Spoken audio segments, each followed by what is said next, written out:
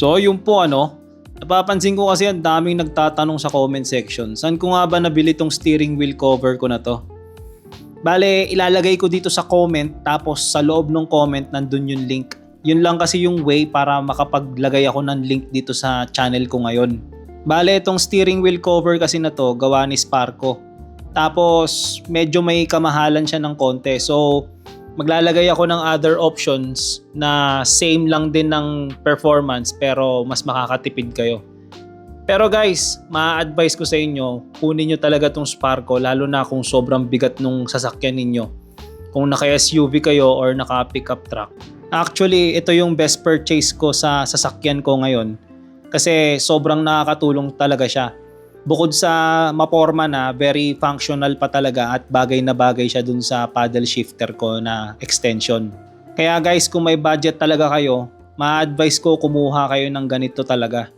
Or kung meron pa kayong alam na mas maganda dito, please comment down below.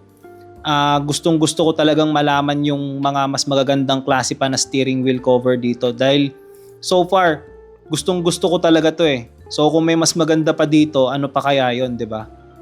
By the way, hindi pala ito katulad ng mga naglalakihang steering wheel cover na madali silang ikutin kasi sobrang padded.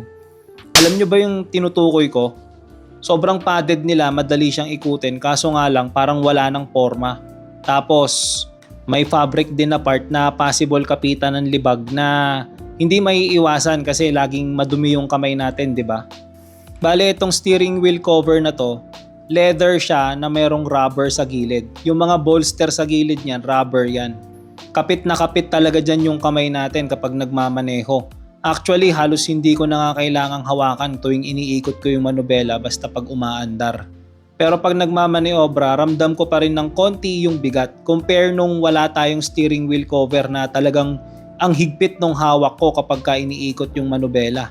Normal naman siguro yon sa halos lahat ng SUV dito sa Pilipinas. Maliban na lang kung yung mga super high-tech na katulad ng BYD.